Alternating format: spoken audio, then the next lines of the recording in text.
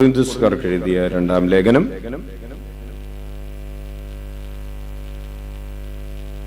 മൂന്നാം അധ്യായം 18-ാമത്തെ തിരുവചനം വായിക്കാം. കർത്താവിന്റെ മഹത്വം കണ്ണാടിയിലെന്ന പോലെ മൂടുപടമണിയാത്ത മുഖത്ത് പ്രതിഫലിക്കുന്ന നാം എല്ലാവരും അവിടുത്തെ സാദൃശ്യത്തിലേക്ക് മഹത്വത്തിൽ നിന്ന് മഹത്വത്തിലേക്ക് രൂപാന്തരപ്പെട്ടുകൊണ്ടിരിക്കുകയാണ്. ഇത് ആത്മാവായ കർത്താവിന്റെ ദാനമാണ്. വലതുകരമുയർത്തി വീശിക്കൊണ്ട് കർത്താവിന്റെ മഹത്വം കണ്ണാടിയിലെന്ന പോലെ മൂടുപടമണിയാത്ത മുഖത്ത് പ്രതിഫലിക്കുന്ന നാം എല്ലാവരും അവിടുത്തെ സാദൃശ്യത്തിലേക്ക് മഹത്വത്തിൽ നിന്ന് മഹത്വത്തിലേക്ക് രൂപാന്തരപ്പെട്ടുകൊണ്ടിരിക്കുകയാണ്. ഇത് ആത്മാവായ കർത്താവിന്റെ ദാനമാണ്. ഇരുകരങ്ങളും ഉയർത്തി വീശിക്കൊണ്ട് കർത്താവിന്റെ മഹത്വം കണ്ണാടിയിലെന്ന പോലെ മൂടുപടമണിയാത്ത മുഖത്ത് പ്രതിഫലിക്കുന്ന നാം എല്ലാവരും അവിടുത്തെ സാദൃശ്യത്തിലേക്ക് മഹത്വത്തിൽ നിന്ന് മഹത്വത്തിലേക്ക് രൂപാന്തരപ്പെട്ടുകൊണ്ടിരിക്കുകയാണ്. ഇത് ആത്മാവായ കർത്താവിന്റെ ദാനമാണ്. ഈശോയിൽ ഏറ്റവും സ്നേഹം നിറഞ്ഞ ബഹുമാനപ്പെട്ട സുഭാഷണച്ച, ജോസഫച്ച, പ്രിയപ്പെട്ട സിസ്റ്റേഴ്സ്, സഹോദരരെ, ഈശോ മിശിഹായ്ക്ക് സ്തുതിയായിരിക്കട്ടെ. പരസ്പരം സ്തുതി ചൊല്ലാം.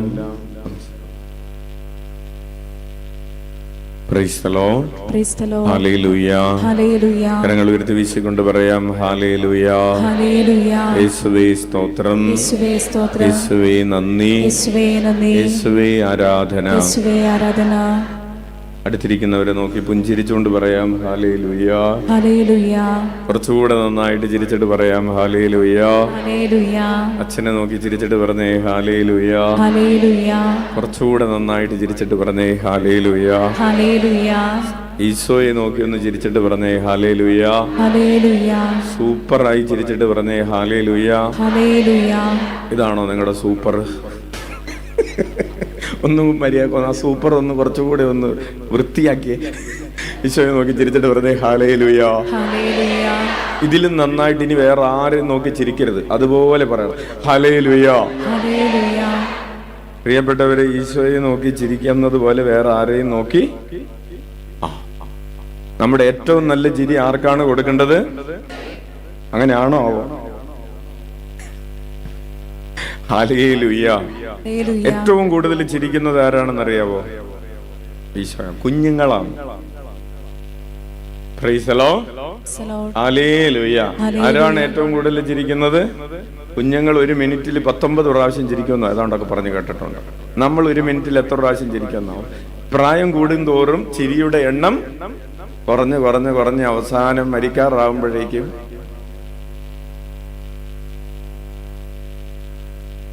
അതുകൊണ്ടാണ് ഈശോ പറഞ്ഞത് എന്ത്? കുഞ്ഞുങ്ങളെ പോലെ ആവാൻ പറഞ്ഞത് അല്ലേ? കുഞ്ഞുങ്ങൾ വെറുതെ ഇങ്ങനെ കിടക്കുമ്പോഴൊക്കെ ഇങ്ങനെ മാലാഖമാരെ കണ്ടിട്ട് ചിരിക്കുന്നതാണെന്ന് നമ്മൾ പറയാറുണ്ട് ഇല്ലേ? Price the Lord. അപ്പോൾ നമുക്ക് നഷ്ടപ്പെട്ട് വളരും തോറും എന്ത് നഷ്ടപ്പെട്ടു പോകുന്നു? ചിരി, സന്തോഷം നഷ്ടപ്പെട്ടു പോകുന്നു. നമ്മൾ തിരിച്ചു പിടിക്കുന്നു. യെസ്. അപ്പോൾ നമ്മൾ പഠിച്ചുകൊണ്ടിരിക്കുന്ന വിഷയം എന്താണ്? രൂപാന്തരീകരണമാണ്. നമ്മൾ രൂപാന്തരപ്പെട്ട്, ഈശോ പറഞ്ഞു കുഞ്ഞുങ്ങളെ പോലെ ആകണമെന്ന് പറഞ്ഞു. Price the Lord. ഈശോയെ പോലെ ആകണം. പ്രിയപ്പെട്ടവർ, ആദ്യമേ തന്നെ നിങ്ങൾക്ക് എല്ലാവർക്കും പ്രത്യേകം നന്ദി പറയുന്നു. കഴിഞ്ഞ 5 ദിവസങ്ങളിൽ കൊച്ചിയിൽ നസ്രത്ത് എന്ന് പറയുന്ന ഇടവകയിൽ നടന്ന ബൈബിൾ കൺവെൻഷന് വേണ്ടി നിങ്ങൾ പ്രത്യേകം പ്രാർത്ഥിച്ചതിന് കർത്താവ് ഈ ദിവസങ്ങളിൽ നൽകിയ വലിയ കൃപകൾക്ക്, അനുഗ്രഹങ്ങൾക്ക് നമുക്ക് കൈയടിച്ച് നന്ദി പറയാം. ഒത്തിരിയേറെ മക്കള് ഒത്തിരിയേറെ സാക്ഷ്യങ്ങളൊക്കെ പറയാനൊക്കെ ഒരുങ്ങിയിരിക്കുന്നുണ്ട്. അതുപോലെ ഒത്തിരിയേറെ മക്കൾ ഈ വരുന്ന ദിവസങ്ങളിൽ ഡിസംബറിലൊക്കെ ഇങ്ങോട്ട് വരാൻ എന്ന് പറഞ്ഞ് ഒക്കെ ആയിരിക്കുന്നുണ്ട്. പ്രത്യേകിച്ച് ഒത്തിരിയേറെ വിദ്യാർത്ഥികൾ, ഒരു 500ഓളം വിദ്യാർത്ഥികൾ പല ദിവസങ്ങളിലായിട്ട് ശുശ്രൂഷകളിൽ 10, 11, 12 ക്ലാസ്സുകളിലൊക്കെയുള്ള കുട്ടികൾ ഒത്തിരിയേറെ പങ്കെടുത്ത, യുവതി യുവാക്കൾ പങ്കെടുത്ത ഒരു ധ്യാന അവസരം കൂടെ ആയിരുന്നു. നിങ്ങളുടെ പ്രാർത്ഥനകൾക്ക് പ്രത്യേകം നന്ദി പറയുന്നു. കൈയടിച്ച് കർത്താവിനെ മഹത്വപ്പെടുത്താം. അപ്പോൾ നമ്മളെ തന്നെയല്ല, ഈശോയെ കാണണം. ഹല്ലേലൂയ. നമ്മൾ ഇപ്പോൾ ആരെ പോലെയാണ്? ഈശോയെ പോലെയാണ്, അതിലൊരു സംശയമില്ല. കൈയടിച്ച് നന്ദി പറഞ്ഞു. നമ്മൾ പ്രാർത്ഥിക്കുമ്പോൾ ആരെയാണ് അനുകരിക്കുന്നത്? നമ്മൾ സ്നേഹിക്കുമ്പോൾ ആരെയാണ് അനുകരിക്കുന്നത്? നമ്മൾ കർത്താവിനെ മഹത്വപ്പെടുത്തുമ്പോൾ ആരെയാണ് അനുകരിക്കുന്നത്? ഈശോയാണ് അനുകരിക്കുന്നത്. നമ്മൾ ക്ഷമിക്കുമ്പോൾ ആരെയാണ് അനുകരിക്കുന്നത്? നമ്മൾ നന്മ ചെയ്യുമ്പോൾ ആരെയാണ് അനുകരിക്കുന്നത്? അപ്പോൾ ഇപ്പോൾ തന്നെ നമ്മൾ വലിയൊരളവിൽ ആരെ പോലെയാണ്? ഈശോയെ പോലെയാണ്. അതിന് നമുക്ക് കൈയടിച്ച് നന്ദി പറയാം. അപ്പോൾ ഇപ്പോൾ നമുക്ക് മഹത്വമുണ്ട്. ഇപ്പോൾ നമുക്ക് എന്തുണ്ട്? മഹത്വമുണ്ട്. അതിലൊരു തർക്കവുമില്ല, ഒരു സംശയവും വേണ്ട.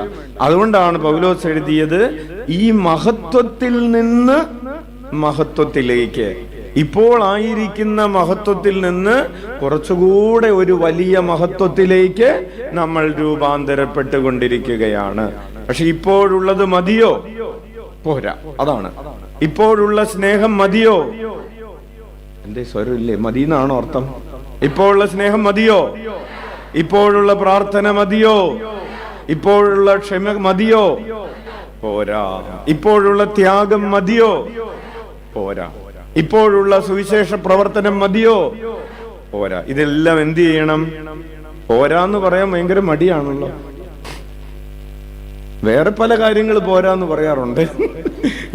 ഹല്ലേലൂയ. അപ്പോൾ നമ്മൾ ഇപ്പോൾ ഈശോയെ പോലെ ആയിരിക്കുന്നത് മതിയോ? പോരാ, കുറച്ചുകൂടെ ആവണം. Price the Lord. അപ്പോൾ അതിനുവേണ്ടി നമ്മൾ പഠിച്ചുകൊണ്ടിരിക്കുകയാണ്. എങ്ങനെയാണ് ഈ കുറവ് നികത്തപ്പെടുന്നത്? എങ്ങനെയാണ് വീട്ടിലിരുന്നാൽ കുറവ് നികത്തപ്പെടോ? വചനം കേട്ടുകൊണ്ടിരിക്കണം. TV കണ്ടുകൊണ്ടിരുന്ന ഈ കുറവ് നികത്തപ്പെടോ? വാർത്ത വായിച്ചുകൊണ്ടിരുന്ന കുറവ് നികത്തപ്പെടോ? ഇല്ല. അവിടെ ഇവിടെയും കറങ്ങി നടന്ന കുറവ് നികത്തപ്പെടോ?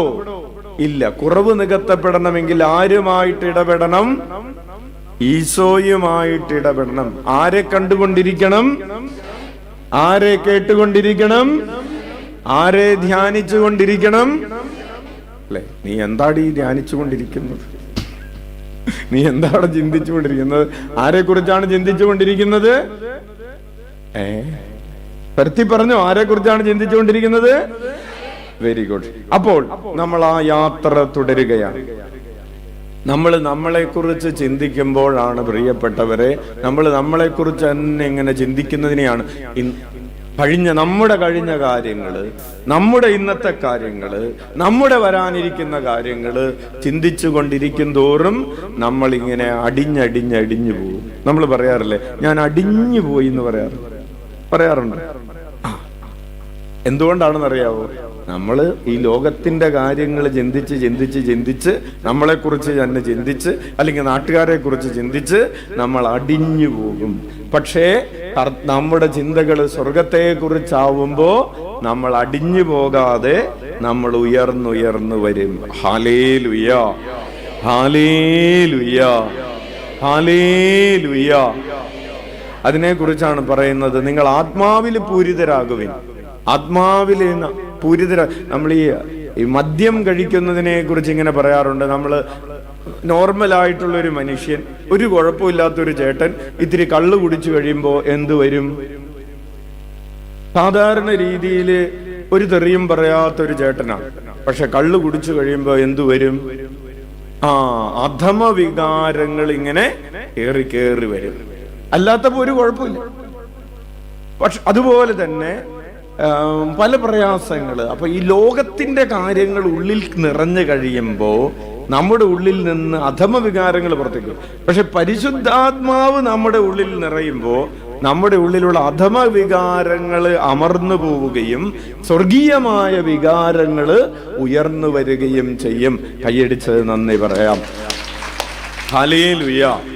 അപ്പോൾ നമ്മൾ പരിശോധിക്കേണ്ടത്, ഇപ്പോൾ എൻ്റെ ഉള്ളിൽ ഉയർന്നു വന്നുകൊണ്ടിരിക്കുന്നത് എൻ്റെ തന്നെ അധമ വികാരങ്ങളാണോ സ്വർഗീയമായ വികാരങ്ങളാണോ? എന്താണ് ഉയർന്നു വന്നുകൊണ്ടിരിക്കുന്നത്? എന്നെ ഇപ്പൊ നയിച്ചുകൊണ്ടിരിക്കുന്നത്, എൻ്റെ ചിന്തയെ നയിക്കുന്നത്, എൻ്റെ ആഗ്രഹങ്ങളെ നയിക്കുന്നത്, എൻ്റെ തീരുമാനങ്ങളെ നയിക്കുന്നത് പരിശുദ്ധാത്മാവാണോ അല്ലെങ്കിൽ എൻ്റെ തന്നെ അധമമായ വികാരങ്ങളാണോ എന്നുള്ളത്. അപ്പോൾ അതാണ് നമ്മൾ പഠിച്ചുകൊണ്ടിരിക്കുന്നത്.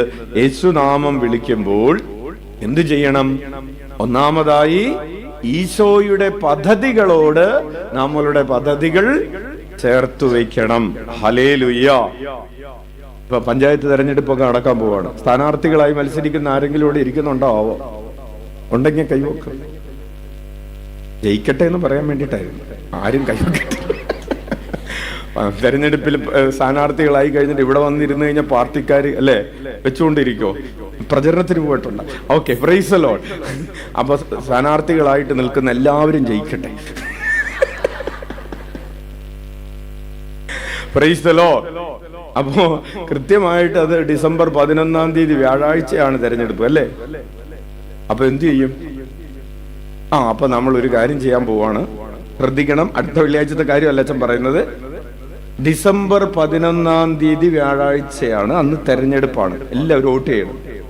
അന്ന് നമ്മളൊരു എക്സെപ്ഷൻ എടുക്കാണ്. നമ്മൾ 11 വ്യാഴാഴ്ചത്തെ ശുശ്രൂഷ ഉണ്ടാവില്ല. 12 വെള്ളിയാഴ്ച ആയിരിക്കും ശുശ്രൂഷ. മനസ്സിലായി? അപ്പോൾ അത്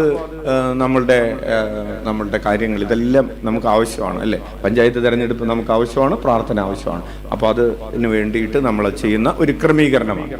മനസ്സിലിരിക്കട്ടെ. ഹല്ലേലൂയ, ഹല്ലേലൂയ. ഇനി ലോകസഭയും നിയമസഭയും തെരഞ്ഞെടുപ്പ് വരുമ്പോൾ വ്യാഴാഴ്ച വെക്കരുതെന്ന് അച്ഛൻ തെരഞ്ഞെടുപ്പ് കമ്മീഷന് കത്തെഴുതിയാക്കാം. ഹല്ലേലൂയ. ഇപ്പൊ ഇത് അവരറിഞ്ഞില്ല. അച്ഛൻ പറഞ്ഞു അവർ പ്രഖ്യാപിച്ചു പോയി. എന്ത് ചെയ്യാൻ പറ്റും അച്ഛാന്ന് പറഞ്ഞിട്ട്. അപ്പൊ ഹല്ലേലൂയ. അപ്പോൾ നമ്മൾ എന്ത് ചെയ്യണം? കണ്ടോ, നമ്മൾ സർക്കാരിന്റെ ഒരു പദ്ധതിയെ, നമ്മുടെ ഒരു പദ്ധതി മാറ്റിവെച്ചിട്ട് നമ്മൾ എന്ത് ചെയ്തു? സർക്കാരിന്റെ ഒരു പദ്ധതി ഏറ്റെടുത്തു. ഇത് നമുക്ക് സാധിക്കുമല്ലോ. ഇതുപോലെ നമ്മുടെ ചില ദൈവത്തിന് ചേരാത്ത ചില പദ്ധതികളുണ്ട്. ആ പദ്ധതികളെ മാറ്റിവെച്ചിട്ട് ദൈവത്തിന്റെ പദ്ധതികൾ ഏറ്റെടുത്ത് നമ്മളുടെ ജീവിതം ആർക്ക് ചേർന്ന വിധത്തിൽ അഡ്ജസ്റ്റ് ചെയ്യണം? ഈശോയ്ക്ക് ചേർന്ന രീതിയിൽ നമ്മുടെ ജീവിതത്തെ അഡ്ജസ്റ്റ് ചെയ്യണം. ഹല്ലേലൂയ. അല്ലാതെ നമ്മുടെ പ്രാർത്ഥനയ്ക്കനുസരിച്ച് തെരഞ്ഞെടുപ്പ് കമ്മീഷൻ ഡേറ്റ് മാറ്റുകയല്ല. ആണോ? അല്ല. നമ്മൾ ഈ രാജ്യത്തിന്റെ നിയമത്തിനനുസരിച്ച് നമ്മുടെ കാര്യങ്ങൾ ക്രമപ്പെടുത്തുന്നത് പോലെ ദൈവത്തിന്റെ രാജ്യത്തിന്റെ നിയമം അനുസരിച്ച്, ഈശോയുടെ പദ്ധതികൾ അനുസരിച്ച് നമ്മുടെ പദ്ധതികളാണ് മാറ്റേണ്ടത്. ഹല്ലേലൂയ. അപ്പോൾ നമ്മളത് പഠിച്ചു കഴിഞ്ഞ വിഷയമാണ്, ഓർമ്മിപ്പിച്ചു എന്ന് മാത്രം. കർത്താവിന്റെ പദ്ധതികള്. രണ്ടാമതായിട്ട്, കർത്താവിന് ആഗ്രഹങ്ങളുണ്ട്. ദൈവത്തിന് ആഗ്രഹങ്ങളുണ്ട്, നമുക്കും ആഗ്രഹങ്ങളുണ്ട്. നമുക്കറിയാം, നമ്മുടെ ചില ആഗ്രഹങ്ങൾ ദൈവത്തിന്റെ ആഗ്രഹങ്ങളോട് ചേർന്ന് പോകുന്നതല്ല അല്ലേ? അത് പിള്ളേര് പറഞ്ഞാല് സിങ്കാവുന്നില്ല. ഒരു അമ്മ വന്നിട്ട് പറഞ്ഞു, അച്ഛൻ കല്യാണം കഴിഞ്ഞിട്ട്, കൊച്ചിന്റെ കല്യാണം കഴിഞ്ഞിട്ട് 6 മാസമായി. അവളും ഭർത്താവും അവളുടെ ഭർത്താവിന്റെ വീട്ടുകാരും കൂടി അങ്ങോട്ട് ഇതുവരെ സെറ്റായിട്ടില്ല. അപ്പൊ ഓരോ ദിവസവും രാത്രി അവളുടെ ഫോണ് വരുമ്പോ ഇപ്പൊ അമ്മക്ക് പേടിയാ, കർത്താവ് എടുക്കാതിരിക്കാൻ പറ്റും. ഇന്ന് അമ്മായിയമ്മ ഇങ്ങനെ പറഞ്ഞു, ഇന്ന് അമ്മായിയപ്പൻ അങ്ങനെ പറഞ്ഞു, ഇന്ന് ഭർത്താവ് അത് ചെയ്തു, ഇത് ചെയ്തു. അങ്ങോട്ട് 6 മാസം കഴിഞ്ഞിട്ടും എന്തായിട്ടില്ല? സെറ്റായിട്ടില്ല. അപ്പോ ചിലപ്പോ സെറ്റാവാൻ സമയം എടുക്കുമായിരിക്കും. എന്തെങ്കിലും ആവട്ടെ, നമ്മുടെ ചോദ്യം അതല്ല. നമ്മളും നമ്മുടെ ആഗ്രഹങ്ങൾ, അതായത് ഇവള് പ്രതീക്ഷിച്ചതുപോലെ ഒന്നുമല്ല ഭർത്താവ് ചെയ്യുന്നത്. അവളുടെ ഒരു പ്രധാനപ്പെട്ട പരാതി, ഞാൻ പറയുന്നതിനേക്കാളും കൂടുതൽ ഭർത്താവ് അമ്മ പറയുന്നതാണ് കേൾക്കുന്നത്. ഞാൻ പറഞ്ഞാൽ അതിനൊരു വിലയില്ല. ഇപ്പൊ ഒരു ഉദാഹരണത്തിന് ഞാൻ പറയാണ്, ഇന്ന് സിനിമക്ക് പോവാം. അപ്പൊ ഭർത്താവ് പറയും പോവാം. അപ്പോൾ അമ്മ പറയാണ്, ഇന്ന് സിനിമക്ക് പോകണ്ട, ഇന്ന് അവിടെ അപ്പുറത്ത് പരിപാടിയുണ്ട്, അവിടെ പോയിട്ട് നാളെ നിങ്ങൾ സിനിമക്ക് പോയിക്കോളാൻ പറയാണ്. അപ്പൊ ഭർത്താവ് എന്നാ ശരി അമ്മ അങ്ങനെ ചെയ്യാന്ന് പറഞ്ഞു. അപ്പോ കണ്ട, ഈ വീട്ടിൽ എനിക്കല്ല വില, അമ്മക്കാണ് വില. ഞാൻ ഇന്ന് സിനിമക്ക് പോകുമെന്ന് എൻ്റെ കൂട്ടുകാരികളോടെല്ലാം പറഞ്ഞതാ. ഇനിയിപ്പോ നാളെ അവര് ചോദിക്കൂല്ലേ നീ പോയില്ലേ എന്ന് ചോദിക്കും. അപ്പൊ ചില ബോധമില്ലാത്ത കൂട്ടുകാരികളുണ്ട്, അവര് പറഞ്ഞു കൊടുക്കും, എടി നീ അത് വിട്ടുകൊടുക്കരുത്, നീ പറഞ്ഞു കൊടുത്ത് നിന്റെ കെട്ടിയാനെ നിർത്തിയാലേ നമുക്കൊരു വിലയുണ്ട്. അതോടുകൂടി തീർന്നു. ചില പൊട്ട കൂട്ടുകാരുണ്ട് കേട്ടോ, അവരോട് ചർച്ച ചെയ്യാൻ പോവല്ലേ. ഹല്ലേലൂയ. അപ്പോൾ പ്രിയപ്പെട്ടവരെ, നമുക്ക് അതാണ് ഈ സെറ്റാവാത്തതിന്റെ കാരണം. നമ്മൾ മാത്രമല്ല, നമ്മൾ എന്തായാലും ഒന്ന് അഡ്ജസ്റ്റ് ചെയ്യാം, ശരി ഇന്ന് വേണ്ട നാളെ പോവാന്ന് വിചാരിച്ചിട്ട് അതെടുത്തിട്ട് എങ്ങോട്ടോ വിളിച്ച് ഫോണിൽ പറഞ്ഞു ഇന്ന് പോകുന്നില്ല നാളെ പോവാന്നാണ് അമ്മ പറഞ്ഞു. അപ്പൊ അവിടെ നിന്നൊരു പിശാച് കോണീ കൂടെ കയറി വരും. ആവശ്യമില്ലാത്ത കാര്യങ്ങൾ ആവശ്യമില്ലാത്തവരോട് പറയല്ലേ.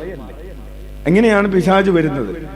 നമ്മൾ വിചാരിക്കും പിശാച് ഇങ്ങനെ കൊമ്പൊക്കെ വെച്ചാണ് വരുന്നതെന്ന്. ഈ കൊമ്പും വാലും ഇല്ലാതെ നല്ല ലിപ്സ്റ്റിക്കും നല്ല കണ്ണെഴുതി പൊട്ട് തൊട്ട് ഒക്കെ വരും.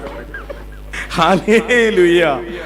അപ്പോൾ പ്രിയപ്പെട്ടവരെ, പറഞ്ഞു വരുന്നത്, നിന്റെ പദ്ധതികളും ദൈവത്തിന്റെ പദ്ധതികളും തമ്മിൽ ചേർന്നു പോകുന്നുണ്ട്. ആഗ്രഹങ്ങൾ, പദ്ധതികൾ കഴിഞ്ഞു, ആഗ്രഹങ്ങൾ തമ്മിൽ ചേർന്നു പോകണം. അപ്പോൾ ദൈവത്തിന്റെ ആഗ്രഹങ്ങൾ എന്താണെന്ന് നമ്മൾ കുറച്ചധികം ആഗ്രഹങ്ങൾ നമ്മൾ പഠിച്ചു. നമ്മൾ ഏറ്റവും ഒടുവിൽ പഠിച്ചുകൊണ്ടിരിക്കുന്ന ദൈവത്തിന്റെ ആഗ്രഹമാണ് ഏതാണ് പറ? നമ്മൾ ആത്മപരിത്യാഗം ചെയ്യണം എന്നൊരാഗ്രഹം. നമുക്ക് സാധാരണ രീതിയിൽ അങ്ങനെ ഒരാഗ്രഹമില്ല. നമ്മെ തന്നെ ഉപേക്ഷിക്കണം എന്നൊരാഗ്രഹമില്ല. നമ്മുടെ ഒരു സ്വാഭാവിക പ്രവണത എന്ന് പറഞ്ഞാൽ നമ്മുടെ ഇഷ്ടങ്ങൾ നടക്കണം, അല്ലേ? എല്ലാവരുടെ ആഗ്രഹം എന്താണ്? എന്റെ ഇഷ്ടം നടക്കണം, ഞാൻ പറഞ്ഞത് നടക്കണം, അല്ലേ? നമ്മുടെ ആഗ്രഹങ്ങൾ അങ്ങനെയല്ലേ? എനിക്ക് ഒന്നിനും ഒരു കുറവുണ്ടാവരുത്. ആർക്ക് കുറവുണ്ടാവരുത്? എനിക്ക്. വേറെ ആർക്ക് എന്ത് കുറവുണ്ടായാലും എനിക്ക് കുഴപ്പമില്ല. കർത്താവ് എന്റെ ഇടയനാകുന്നു, എനിക്കൊന്നിനും കുറവുണ്ടാവുകയില്ല. ഹല്ലേലൂയ. വേറെ ആർക്ക് എന്ത് കുഴപ്പമുണ്ടെങ്കിലും കുഴപ്പമില്ല. അപ്പോ നമ്മുടെ ആഗ്രഹം നമുക്കൊന്നിനും കുറവുണ്ടാകരുത്. പിന്നെ നമ്മുടെ വേറൊരു ആഗ്രഹമുണ്ട്, എന്നെ എല്ലാവരും സ്നേഹിക്കണം. അങ്ങനെ ഒരു ആഗ്രഹമില്ലേ നമുക്ക്? നമ്മളെ ആരെങ്കിലും വെറുക്കുന്നത് നമുക്ക് ഇഷ്ടമാണോ? അപ്പൊ നമ്മുടെ ഒരു ആഗ്രഹം എന്താണ്? നമ്മൾ പറയുന്നില്ലെങ്കിലും നമ്മുടെ ഒരു ആഗ്രഹം എന്താണ്? പൊതുവെ എന്നെ എല്ലാവരും, അങ്ങനെ ഒരു ആഗ്രഹമുണ്ട്. ഒരിക്കലും നടക്കാത്തൊരാഗ്രഹം. നമ്മളെല്ലാവരും സ്നേഹിക്കണോന്ന് പറഞ്ഞ ആഗ്രഹം എപ്പോഴെങ്കിലും നടക്കോ? കണിച്ചേട്ടാ നടക്കോ? ഇല്ല. നമ്മളെല്ലാവരും എല്ലായ്പ്പോഴും എപ്പോഴും എല്ലാവരും പോയിട്ട് 10,000 പേരുണ്ടെങ്കിൽ ഒരു 10 പേര് സ്നേഹിച്ച ഭാഗ്യോന്ന് വിചാരിച്ചാൽ മതി, അല്ലേ? 10 പേരില്ലേലും ഭർത്താവെങ്കിലും ഒന്ന് സ്നേഹിച്ചാൽ മതി, ഭാര്യയെങ്കിലും ഒന്ന് സ്നേഹിച്ചാൽ മതി വെച്ചോ, ബാക്കി 10 പേരുടെ കാര്യം വീട്ടിൽ. അപ്പോൾ പ്രിയപ്പെട്ടവരെ, നമ്മുടെ ആഗ്രഹങ്ങൾ, നമുക്ക് വേറൊരു ആഗ്രഹമുണ്ട്, നമ്മളെ കുറിച്ച് ആരും കുറ്റം പറയരുത്. അങ്ങനെ ഒരു ആഗ്രഹമുള്ളവരൊന്ന് കൈവക്കേ കുറച്ച്. അപ്പം ബാക്കിയുള്ളവരെ കുറിച്ച് അച്ഛൻ രണ്ടൊന്ന് കുറ്റം പറയട്ടെ. നമ്മൾ പറയുന്നില്ലെന്നുള്ളൂ. നമ്മുടെ ഒരു ആഗ്രഹമാണ് നമ്മളെ കുറിച്ച് ആരും അപവാദം പറയരുത്. നമ്മളെ കുറിച്ച് ആരെങ്കിലും അപവാദം പറയുന്നത് ഇഷ്ടമുള്ളവരൊന്ന് കൈവക്കേ.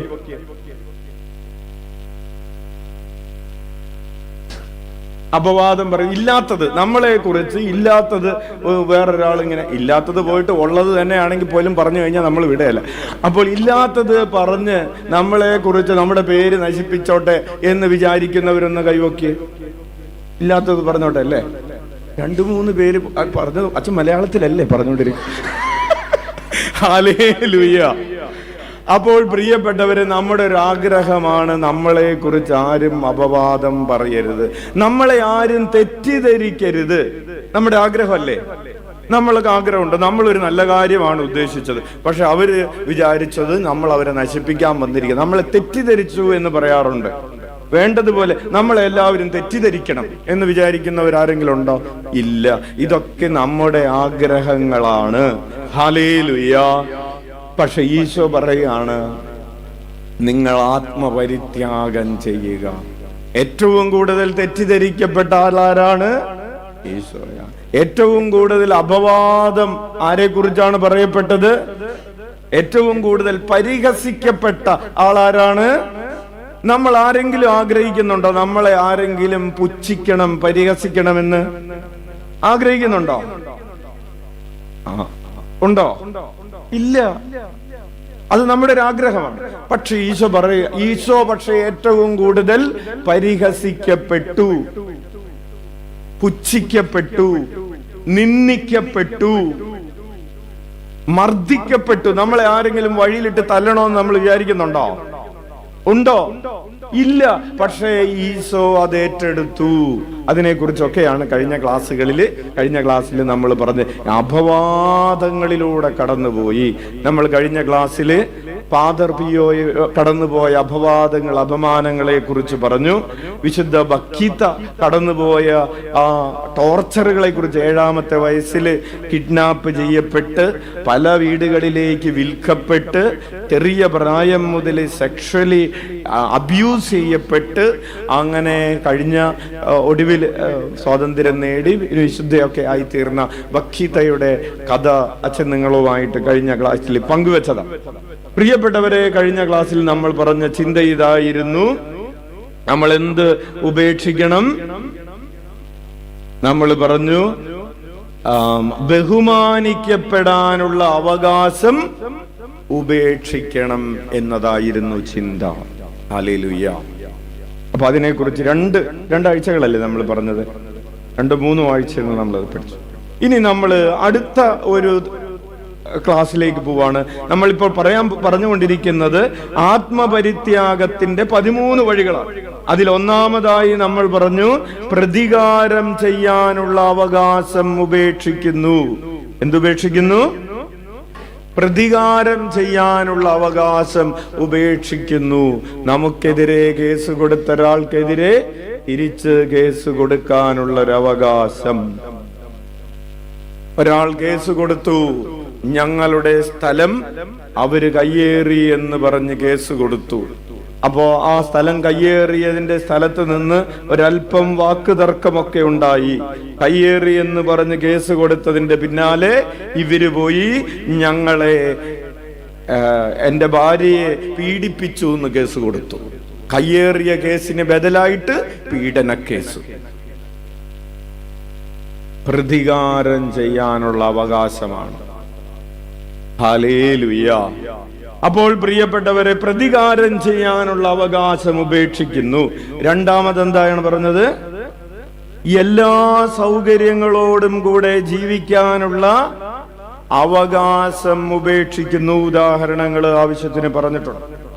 മൂന്നാമതായി നമ്മൾ പറഞ്ഞു, ബഹുമാനിക്കപ്പെടാനുള്ള അവകാശം ഉപേക്ഷിക്കുന്നു.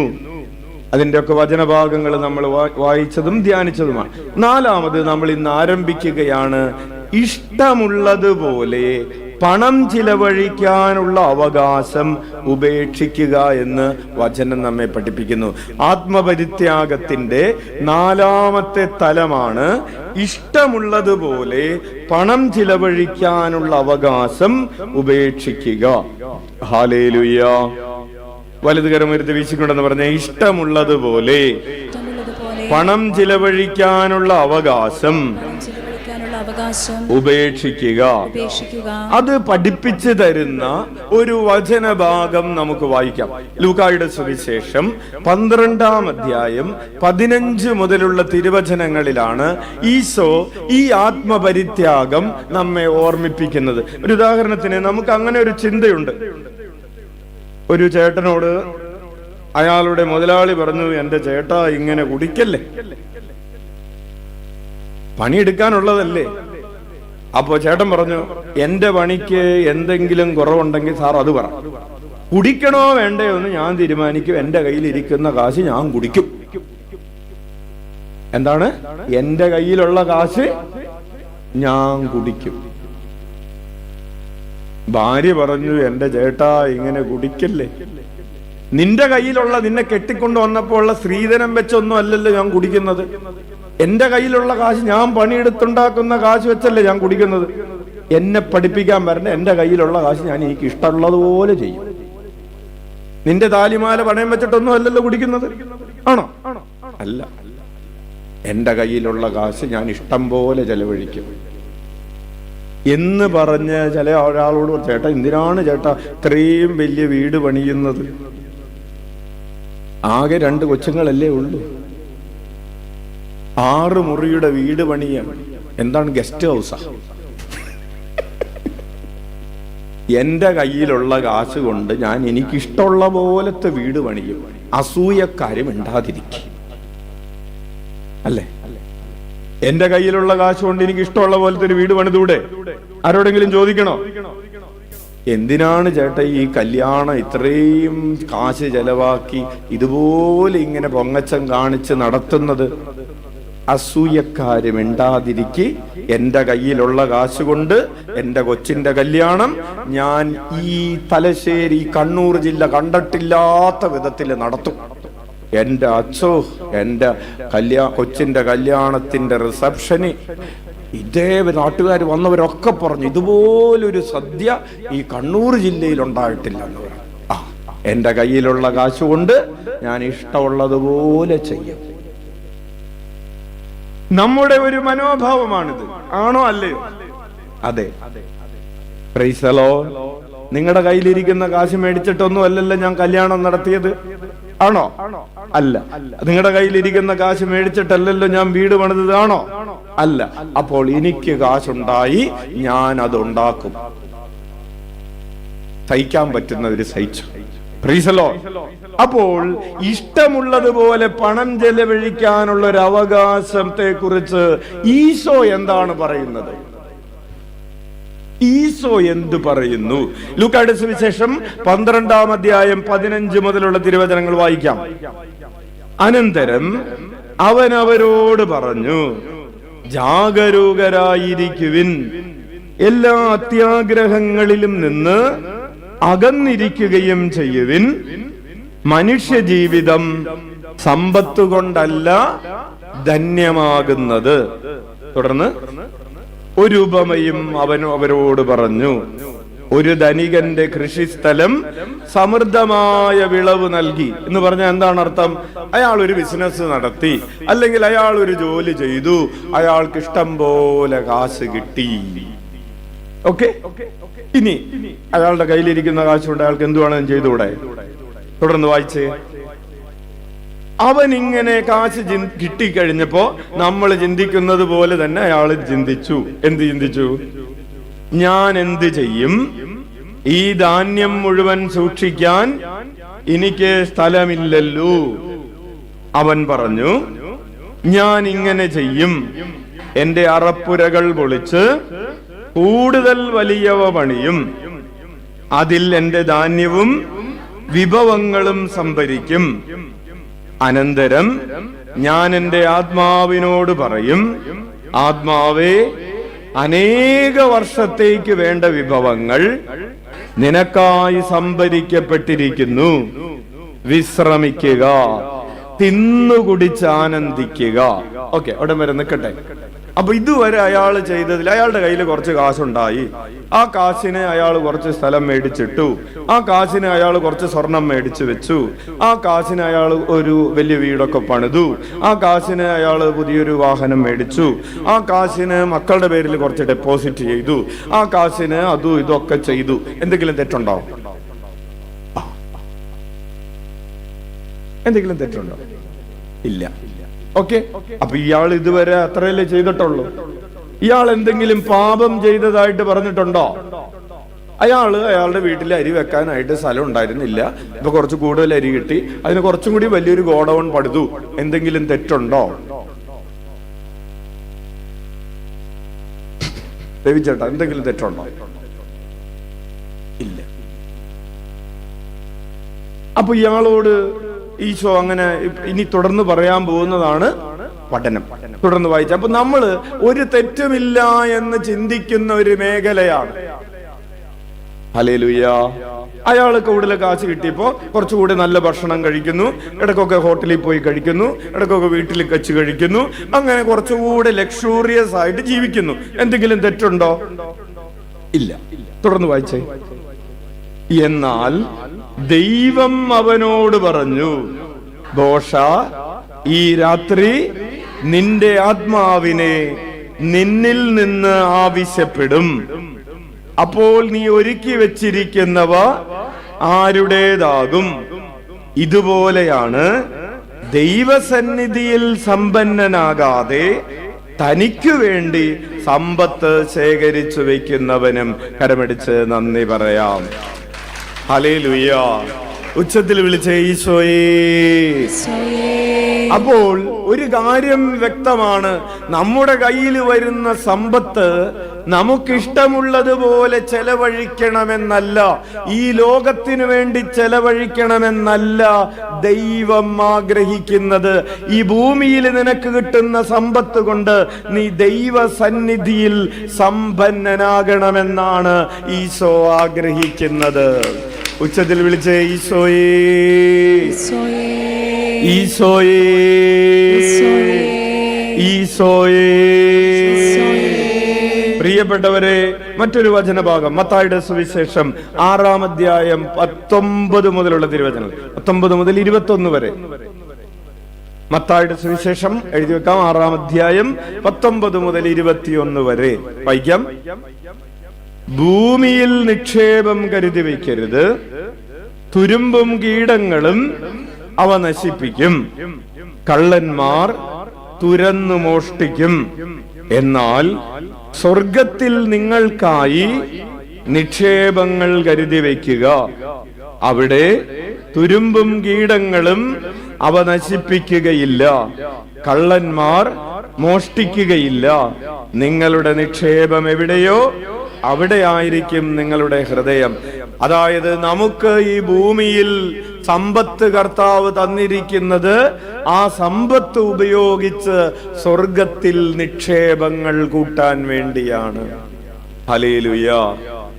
1997 ഡിസംബർ മാസം 17-ാം തീയതി തിരുസഭ ഒരു മുടിവെട്ടുകാരനെ ദൈവദാസൻ എന്ന പദവിയിൽ നിന്ന് ധന്യൻ എന്ന പദവിയിലേക്ക് ഉയർത്തി. എന്താണ് ജോലി? മുടിവെട്ടുകാരൻ. നിങ്ങൾ കേട്ടിട്ടുണ്ടോ? ഒരു ബാർബർ ആയിരുന്നു. Price the lord. ഹല്ലേലൂയ. പ്രിയപ്പെട്ടവരെ, വിശുദ്ധ പദവിയിലേക്ക് ഉയരാൻ അച്ഛനാവണമെന്നില്ല, കന്യാസ്ത്രീ ആവണമെന്നില്ല, സഭ സ്ഥാപിക്കണമെന്നില്ല. ഒരു മുടിവെട്ടുകാരനായിരുന്നു ഇയാള്. മുടിവെട്ടുകാരനായിരുന്നു എന്ന് മാത്രമല്ല, ഒരു അടിമയായിരുന്നു. അല്ലേ? നമുക്കറിയാം, അബ്രഹാം ലിങ്കന്റെ സമയത്താണ് അമേരിക്കയില് അടിമത്തം അവസാനിപ്പിച്ചത്. അടിമത്തം അവസാനിപ്പിക്കപ്പെട്ടിട്ട് 100 വർഷം അവിടെ തികഞ്ഞിട്ടില്ല. അപ്പൊ അതിനു മുൻപ് ജീവിച്ച ഒരാളാണ് ഇദ്ദേഹം. 1866 ജനിച്ച് 1766 ജനിച്ച ഒരാളാണ്. Hallelujah, hallelujah. ഇദ്ദേഹം ജനിച്ചത് അടിമയായിരുന്ന മാതാപിതാക്കളുടെ ഒരു മകനായിട്ടാണ് ഇദ്ദേഹം ജനിച്ചത്. ഹല്ലേലൂയ. അടിമയായിട്ടുള്ള മാതാപിതാക്കളുടെ മകൻ ജനിക്കുമ്പോ ആ മകനും ആരുടെ സ്വത്താണ്? ഈ മുതലാളിയുടെ സ്വത്താണ്. 1766 ജനിച്ച് 1853 മരിക്കാണ്. അല്ലെ? അടിമക്കച്ചവടം അവസാനിച്ചിട്ട് 200 വർഷത്തോളം.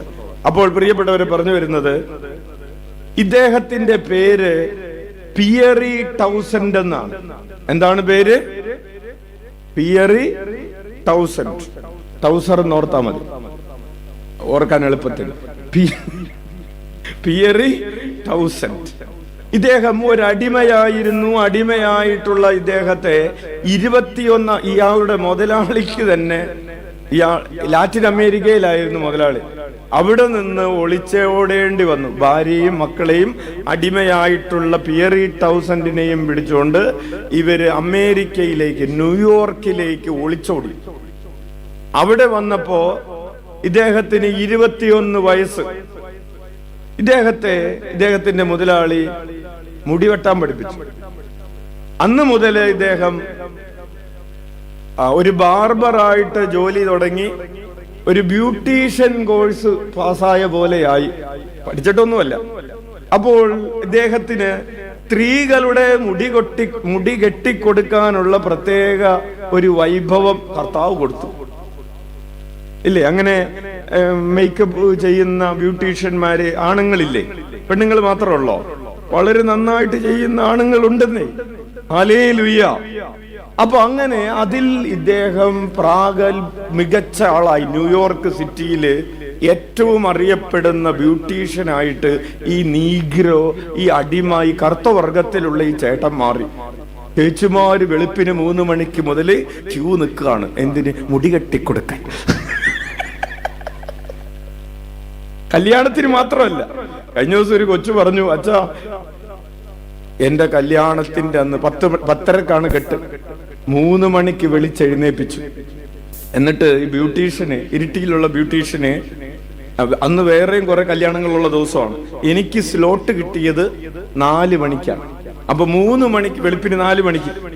അപ്പൊ ഈ സാധനങ്ങളൊക്കെ ആയിട്ട്, കൊടുക്കാനുള്ളതൊക്കെ ആയിട്ട്, മറ്റൊരു സാധനമില്ല, വെളുത്ത സാധനം, എന്താ അതിന് പറയുന്നത്? കല്യാണത്തിന്റെ അന്ന് ഇടുന്ന, പള്ളി തുടക്കാൻ ഉപയോഗിക്കുന്ന വെള്ളത്തുണി,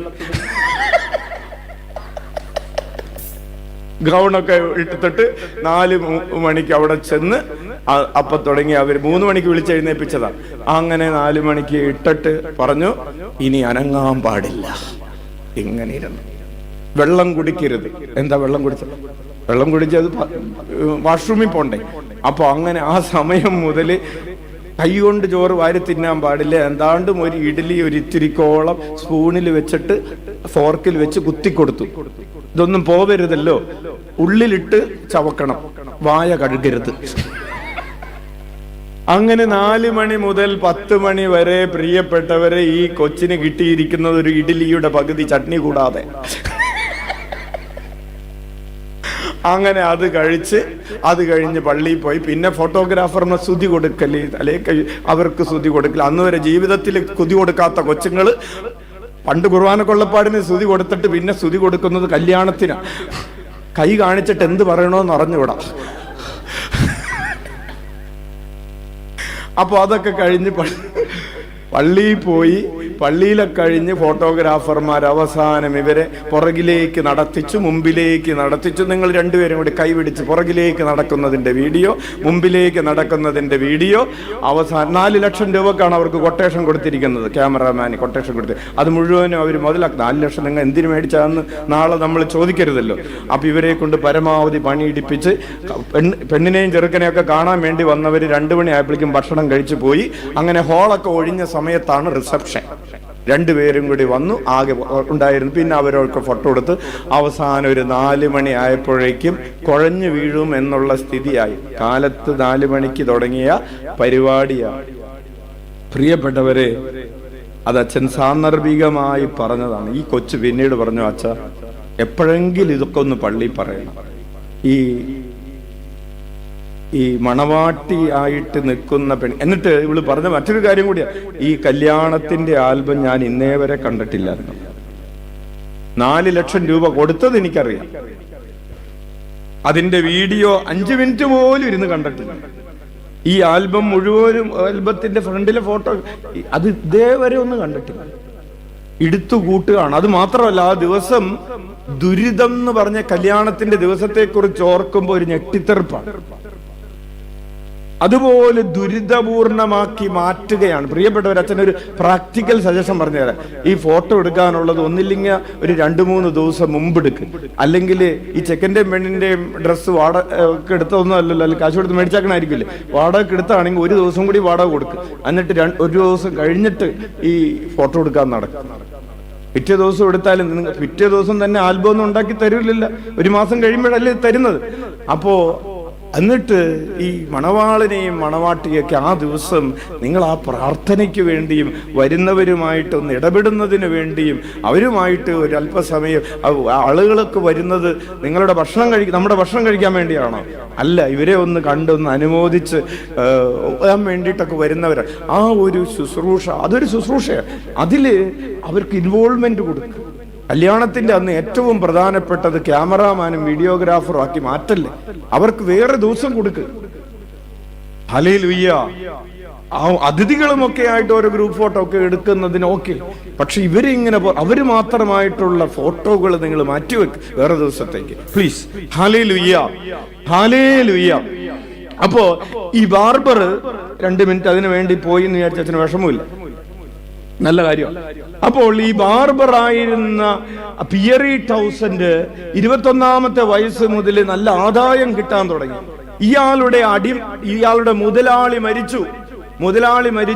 മുതലാളി മരിച്ചതിന് ശേഷം ഈ അടിമയായിരുന്ന ആൾ എന്താ ചെയ്തെന്നറിയാവോ?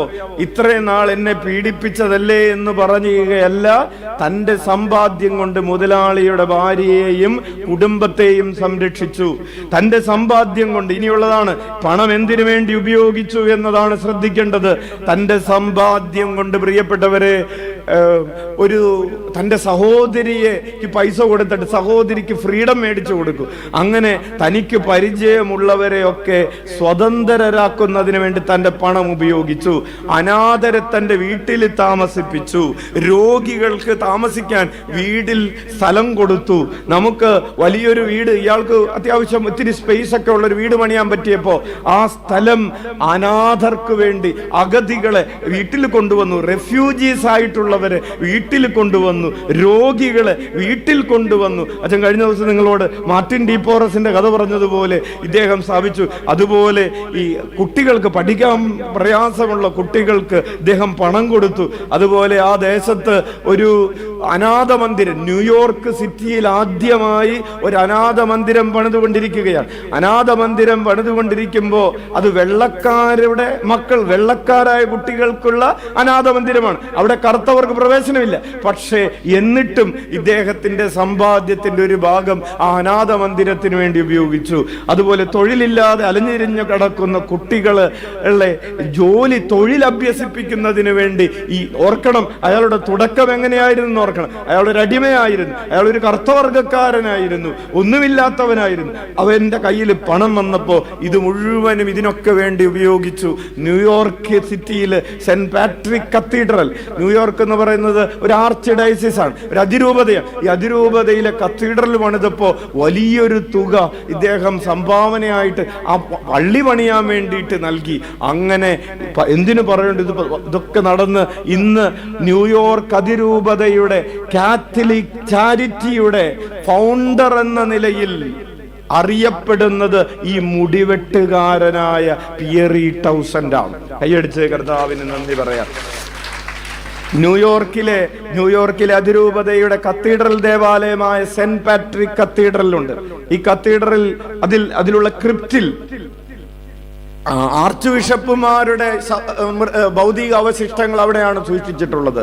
അതുകൂടാതെ ഒരേ ഒരു മനുഷ്യന്റെയാണ് മെത്രാപ്പോലിത്തമാരുടെ ഭൗതിക അവശിഷ്ടങ്ങളോടൊപ്പം ഈ നീഗ്രോക്കാരനായ, ഈ കറുത്ത വർഗക്കാരനായ, ഈ അടിമയായിരുന്ന ഒരു മുടിവെട്ടുകാരനായിരുന്ന പിയറി ടൗസൻഡിന്റെ ഭൗതിക അവശിഷ്ടങ്ങൾ ഇന്ന് സൂക്ഷിച്ചിട്ടുള്ളത് ഈ ന്യൂയോർക്ക് കത്തീഡ്രലിലാണ്. കൈയടിച്ച് കർത്താവിന് നന്ദി പറയാം. ഹല്ലേലൂയ. അച്ഛൻ ചോദിക്കട്ടെ, ഒന്നുമില്ലാതിരുന്നവന് എല്ലാ സൗഭാഗ്യങ്ങളും കിട്ടിയപ്പോ ആ സൗഭാഗ്യങ്ങൾ ഉപയോഗിച്ച് അവൻ എന്തൊക്കെ നേടാമായിരുന്നു തനിക്ക് വേണ്ടി? പബ്ലിക് ട്രാൻസ്പോർട്ടേഷനിൽ, അതായത് പൊതുവായിട്ടുള്ള ഗതാഗതത്തിൽ ഇദ്ദേഹത്തിന് കേറാൻ പാടില്ല, കറുത്തവർഗക്കാരനാണ്. എന്നിട്ട് ദേവാലയത്തിൽ 66 വർഷം ഇദ്ദേഹം ദേവാലയത്തിലേക്ക് നടന്നുപോയി. സ്വന്തമായിട്ട് വാഹനം മേടിച്ചില്ല. ആ പണം കൂടെ പാവപ്പെട്ടവർക്ക് വേണ്ടി ഇദ്ദേഹം ഉപയോഗിക്കാണ്. തന്നെ സമൂഹം അവഗണിക്കുമ്പോഴും മാറ്റി നിർത്തുമ്പോഴും തന്റെ കയ്യിലുള്ളത് മുഴുവൻ മറ്റുള്ളവരുടെ നന്മയ്ക്ക് വേണ്ടി, കറുത്തവനെന്നും വെളുത്തവനെന്നും നോക്കാതെ, തന്നെ പീഡിപ്പിക്കുന്നവരെന്ന് നോക്കാതെ, മറ്റുള്ളവരുടെ നന്മയ്ക്ക് വേണ്ടി പണം ഉപയോഗിച്ച ഇദ്ദേഹത്തെ, പ്രിയപ്പെട്ടവരെ, 1997 ഡിസംബർ 17 ജോൺ പോൾ II മാർപ്പാപ്പ ധന്യനെന്ന പദവിയിലേക്ക് ഉയർത്തി. ഉച്ചത്തിൽ വിളിക്കാം, ഈശോയേ, ഈശോയേ, ഈശോയേ. ഹല്ലേലൂയ. ഹല്ലേലൂയ. അതുപോലെ തന്നെ ഈ കഴിഞ്ഞ ഒക്ടോബർ 20-ാം തീയതി വിശുദ്ധ പദവിയിലേക്ക് ഉയർത്തപ്പെട്ട നമ്മുടെ അച്ഛൻ നേരത്തെ നിങ്ങളോട് പരിചയപ്പെടുത്തി തന്നിട്ടുള്ള വിശുദ്ധ ബർത്തലോ ലോങ്കോ എന്ന് പറയുന്ന വിശുദ്ധൻ, നമ്മുടെ ഡൊമിനിക്കൻ സിസ്റ്റേഴ്സിന്റെ സ്ഥാപകനായിട്ടുള്ള വിശുദ്ധനും തനിക്ക് വക്കീൽ എന്ന നിലയിൽ ലഭിച്ച വലിയ സമ്പാദ്യങ്ങൾ മുഴുവൻ പരിശുദ്ധ അമ്മയുടെ ദേവാലയം നിർമ്മിക്കുന്നതിന് വേണ്ടി ദാനം ചെയ്തു. പാവപ്പെട്ട കുട്ടികള്, അതായത് ജയിലിൽ കിടക്കുന്നവരുടെ മക്കളെ സംരക്ഷിക്കുന്നതിന് വേണ്ടി, ആൺകുട്ടികളെയും പെൺകുട്ടികൾ ജയിലിൽ കിടക്കുന്ന ക്രിമിനൽസിന്റെ മക്കളെ സംരക്ഷിക്കുന്നതിന് വേണ്ടി ഇയാൾ എന്തിനാണ് ഇയാളുടെ കാശ് ചെലവഴിക്കുന്നത്? നമ്മൾ ചോദിക്കും, വട്ടില്ല. അവര് ജയിലിൽ കിടക്കുകയാണെങ്കിൽ അവരുടെ മക്കളുടെ കാര്യം, അവരിപ്പോ ഇങ്ങനെ അലഞ്ഞിരിഞ്ഞ് നടക്കുന്നത് അവരുടെ മാതാപിതാക്കള് താന്തോന്നികളായത് കൊണ്ടല്ലേ? നമ്മുടെ കുറ്റമൊന്നുമല്ലല്ലോ. അവരെ സംരക്ഷിക്കാൻ വേണ്ടി താനെന്തിനാണ് തന്റെ കയ്യിലുള്ള കാശ് കളയുന്നത്? ശരിയാണല്ലോ, ശരിയല്ലേ? അങ്ങനെ ചിന്തിക്കാതെ, ഇതാണ് പ്രിയപ്പെട്ടവരെ സ്വാഭാവിക ചിന്ത. ഈ സ്വാഭാവിക ചിന്തയെ മറികടന്ന് പരിശുദ്ധാത്മാവ് തരുന്ന അഭിഷേകത്തിന്റെ പിറകെ പോകുന്നവരാണ് വിശുദ്ധരായിട്ട് മാറുന്നത്. ഉച്ചത്തിൽ വിളിക്കാം, ഈശോയേ, ഈശോയേ,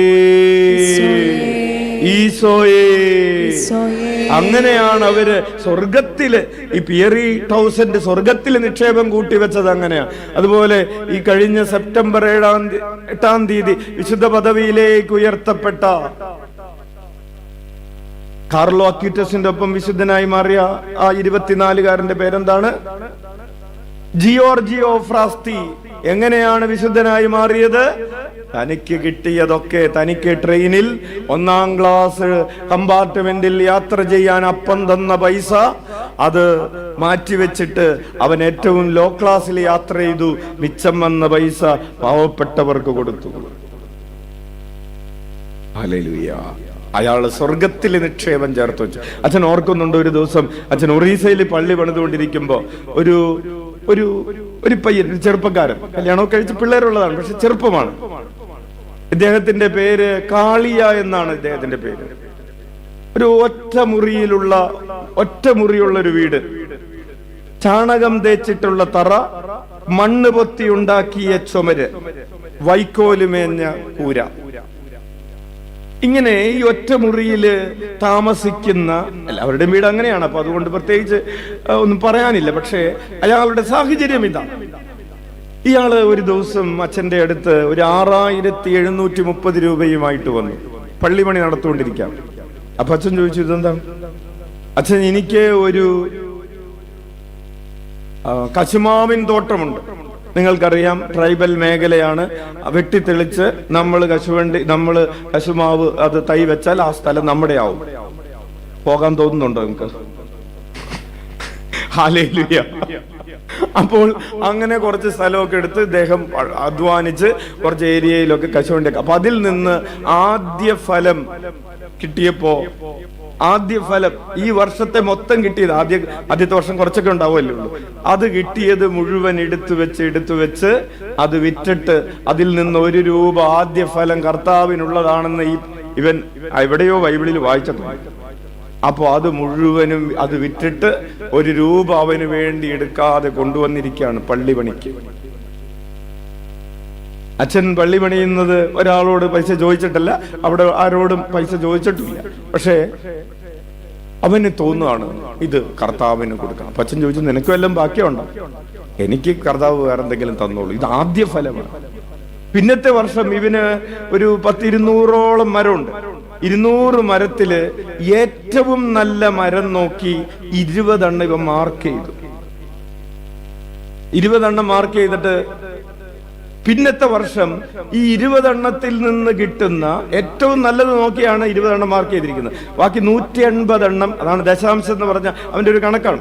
അപ്പൊ 100 മരത്തിൽ 10 മരം ഈശോയ്ക്കുള്ളതാണ്, 200 മരത്തിൽ 20 മരം ഈശോയ്ക്കുള്ളതാണ്. അത് മാർക്ക് ചെയ്ത് വെച്ചിട്ട് അതിൽ നിന്ന് അതിന്റെ താഴെ വീഴുന്ന കശുവണ്ടി ഇവൻ എന്ത് ചെയ്യും? അവൻ വേറെ ശേഖരിക്കും, വീട്ടിൽ കൊണ്ടുവന്ന് 2 മൂലക്കിടും. ഇവന്റെ ഉള്ളത് ഒരു മൂലക്ക്, മറ്റേത് വേറൊരു മൂലക്ക്. എന്നിട്ട് പിന്നത്തെ വർഷം അത് വിറ്റിട്ട് അതിന്റെ കാശ് കൊണ്ടുവന്നാക്കി. പ്രിയപ്പെട്ടവരെ, ഇവന് കിട്ടുന്നത് വളരെ തുച്ഛമായിട്ടുള്ള ഒരു ഇൻകമാണ്.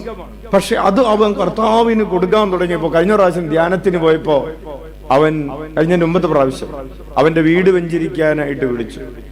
അണ്ണിച്ചേട്ടനും അച്ഛനും ഒക്കെ കൂടി ഒരു വീട് വെഞ്ചരിക്കുക, ഏറ്റവും നല്ലൊരു വീട് നമ്മൾ വെഞ്ചരിച്ചില്ല. അവന്റെ കഥയാണ് അച്ഛൻ പറഞ്ഞുകൊണ്ടിരിക്കുന്നത്.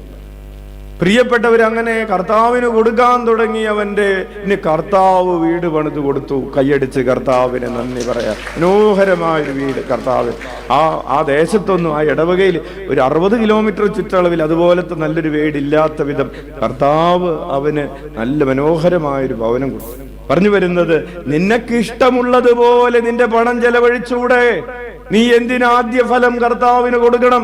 നീ എന്തിന് ദശാംശം കർത്താവിന് കൊടുക്കണം? നിനക്ക് ഇഷ്ടമുള്ളതുപോലെ ചെലവഴിക്കാനുള്ള അവകാശമാണ് കർത്താവ് ചോദ്യം ചെയ്യുന്നത്. അത് ഉപേക്ഷിക്കാനാണ് ഈശോ നമ്മോട് പറയുന്നത്. Hallelujah, hallelujah. യേശുവേ സ്തോത്രം, യേശുവേ നന്ദി, യേശുവേ ആരാധന, ഹല്ലേലൂയ. പ്രിയപ്പെട്ടവരെ, മറ്റൊരു വചനഭാഗം നമുക്ക് പരിചയമുള്ളതാണ്. ഈശോ പറയുകയാണ്, ലൂക്കായുടെ സുവിശേഷം 16-ാം അധ്യായം 19 മുതലുള്ള ഒരു വചനഭാഗമാണ്. ഏതാണ് വചനഭാഗം? ലൂക്കായുടെ ലാസറിന്റെയും ധനവാന്റെയും വചനഭാഗം. അതൊന്ന് ആദ്യം ഒന്ന് വായിച്ച ആ ഭാഗം. ഒരു ധനവാനുണ്ടായിരുന്നു. അവൻ ചുമന്ന പട്ടും മൃദുല വസ്ത്രങ്ങളും ധരിക്കുകയും എന്നും സുഭിക്ഷമായി ഭക്ഷിച്ച് ആനന്ദിക്കുകയും ചെയ്തിരുന്നു. ഇതെന്ത് പാട്!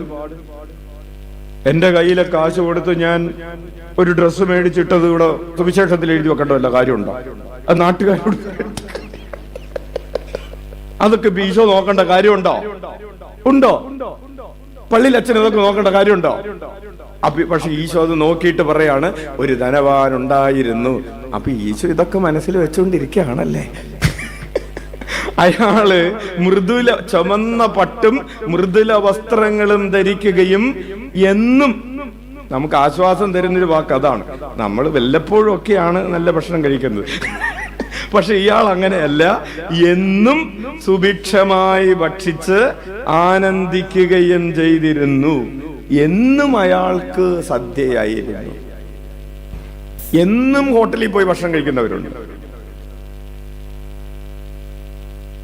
ഒരു സഹോദരൻ പറഞ്ഞു, അച്ഛൻ ഞാൻ കഴിഞ്ഞ 90 ദിവസം ഒരു വ്യഭിചാരശാലയിൽ പോയി 90 ദിവസവും വ്യഭിചാരം ചെയ്തു. ഓക്കെ, എനിക്ക് നിയന്ത്രിക്കാൻ പറ്റുന്നില്ല. ഓക്കെ, ശരി, എന്തു പറ്റി? ഏറ്റവും അവസാനത്തെ ടെസ്റ്റ് റിപ്പോർട്ടിൽ എയ്ഡ്സ് ആണെന്നാണ് പറഞ്ഞിരിക്കുന്നത്.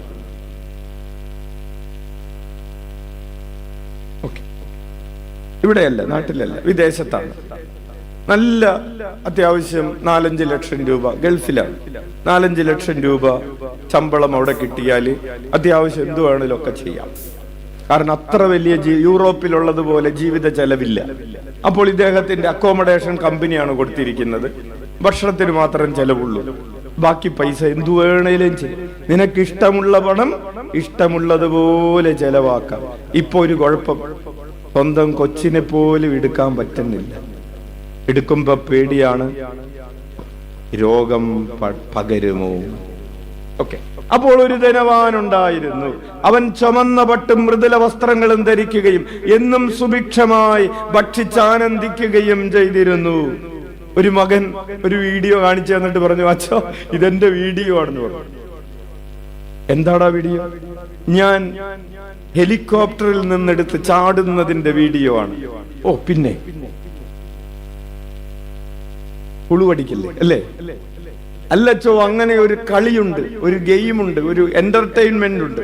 എവിടെയാണ്? ദുബായിലാണ്. പാം ഐലൻഡ് എന്ന് പറയുന്ന, ദുബായിലൊക്കെ പോയിട്ടുള്ളവർക്കറിയാം. പാം ഐലൻഡ് എന്ന് പറയുന്ന ഒരു ഐലൻഡ് ഉണ്ട്. ആകാശത്ത് നിന്ന് നോക്കി കഴിഞ്ഞാൽ ഇതൊരു പന നിൽക്കുന്നത് പോലെയാണ് ഈ ഐലൻഡ് നിൽക്കുന്നത്, പാം ഐലൻഡ്. അപ്പൊ അതിന്റെ മുകളിലേക്ക് ഈ ഹെലികോപ്റ്ററിൽ കയറിയിട്ട് പോകാം. അപ്പൊ അവിടെ ചെന്നിട്ട് പാരച്യൂട്ട് ഒക്കെ അറേഞ്ച് ചെയ്തിട്ട് ഒരാള്, അതിന്റെ ട്രെയിനർ, എക്സ്പെർട്ട് കൂടെ ഉണ്ടാവും. ഇവർക്ക് രണ്ടുപേർക്കും കൂടെ ഈ ഹെലികോപ്റ്ററിൽ നിന്ന് എടുത്ത് ചാടുമ്പോൾ പേടിക്കണ്ട, മറ്റേ ആൾ പിടിച്ചോളും. മുകളിൽ നിന്ന് പിടിച്ചിട്ട് വല്ല കാര്യം ഉണ്ടല്ലേ, മറ്റേത് വിടർന്നോളും. പിന്നെ ആ മുകളിൽ ഓ ഹാ ഹാ എന്ന് പറഞ്ഞ് ഒച്ചയുണ്ടാക്കി പതുക്കെ താഴെ വരും. എല്ലാം കൂടി ഒരു 5-10 മിനിറ്റ് എടുക്കും. അപ്പോൾ അതൊരു കളിയാണ്. എങ്ങനെയുണ്ട് കളി? 1.5 ലക്ഷം രൂപ. എന്റെ കയ്യിൽ പണമുണ്ട്. അപ്പം പറയണം, എന്റെ കയ്യിൽ കാശുണ്ട്, ഈ കാശ് എനിക്ക് ഇഷ്ടമുള്ളതുപോലെ ഉപയോഗിച്ചൂടെ? എനിക്ക് സുഖം കിട്ടാൻ വേണ്ടിയല്ലേ എന്റെ കയ്യിലുള്ള കാശ്? ആർക്ക് സുഖം കിട്ടാൻ വേണ്ടിയിട്ടാണ് എന്റെ കയ്യിലുള്ള കാശ്? അപ്പോൾ അതെനിക്ക് ഇഷ്ടമുള്ളതുപോലെ ഉപയോഗിക്കാം. ഇതാണ് പ്രിയപ്പെട്ടവരെ നമ്മുടെ പൊതുവായിട്ടുള്ള സ്വാഭാവിക പ്രവണതയും മനോഭാവവും. Hallelujah, hallelujah. യെസ്, കഴിഞ്ഞ ദിവസം കുറച്ച് ചേട്ടന്മാര് പറഞ്ഞു, അച്ഛൻ ഞങ്ങൾ കപ്പലിൽ യാത്രക്ക് പോവാണെന്ന് പറഞ്ഞു. അച്ഛൻ വരുന്നുണ്ടോന്ന് ചോദിച്ചു. കപ്പലിൽ 3 ദിവസം. അച്ഛൻ ചോദിച്ചു എത്ര രൂപയാണ്? 30,000 രൂപ. കപ്പലില്ല, ചെറിയ കപ്പലായിരിക്കും, വലിയ കാശ് എന്നുള്ള കപ്പലല്ല. അപ്പോ അവിടെ എന്താണ്, കപ്പലിൽ പോയി 3 ദിവസം നമ്മുടെ കയ്യിലുള്ള കാശ് ഇഷ്ടമുള്ളതുപോലെ ചെയ്യാം. ചെറിയ പൈസ. ചോദിക്കുന്നത്, പറഞ്ഞു വരുന്നത്, നിന്റെ കയ്യിലുള്ള പണം നിനക്കിഷ്ടമുള്ളതുപോലെ ചെലവഴിക്കുന്നതിനെ കുറിച്ചുള്ള കഥയാണ് ഈശോ പറഞ്ഞത്. സുഭിക്ഷമായി ഭക്ഷിച്ച് ആനന്ദിക്കുകയും ചെയ്തിരുന്നു. തുടർന്ന് വായിച്ചേ. അവന്റെ പടിവാതിൽക്കൽ ലാസർ എന്നൊരു ദരിദ്രൻ കിടന്നിരുന്നു. അവന്റെ ശരീരം വ്രണങ്ങൾ കൊണ്ട് നിറഞ്ഞിരുന്നു. ധനവാന്റെ മേശയിൽ നിന്ന് വീണിരുന്നവ കൊണ്ട് വിശപ്പടക്കാൻ അവൻ ആഗ്രഹിച്ചു. നായ്ക്കൾ വന്ന് അവന്റെ വ്രണങ്ങൾ നക്കിയിരുന്നു.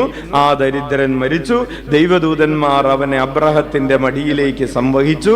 ആ ധനികനും മരിച്ച് അടക്കപ്പെട്ടു. അവൻ നരകത്തിൽ പീഡിപ്പിക്കപ്പെട്ടപ്പോൾ കണ്ണുകൾ ഉയർത്തി നോക്കി. ദൂരെ അബ്രഹത്തിന്റെയും അവന്റെ മടിയിൽ ലാസറിനെയും കണ്ടു. പ്രിയപ്പെട്ടവരെ, ഈ ധനവാൻ എന്തെങ്കിലും പാപം ചെയ്തതായിട്ട് ഈ വചനത്തിൽ പറയുന്നുണ്ടോ? ഇല്ല.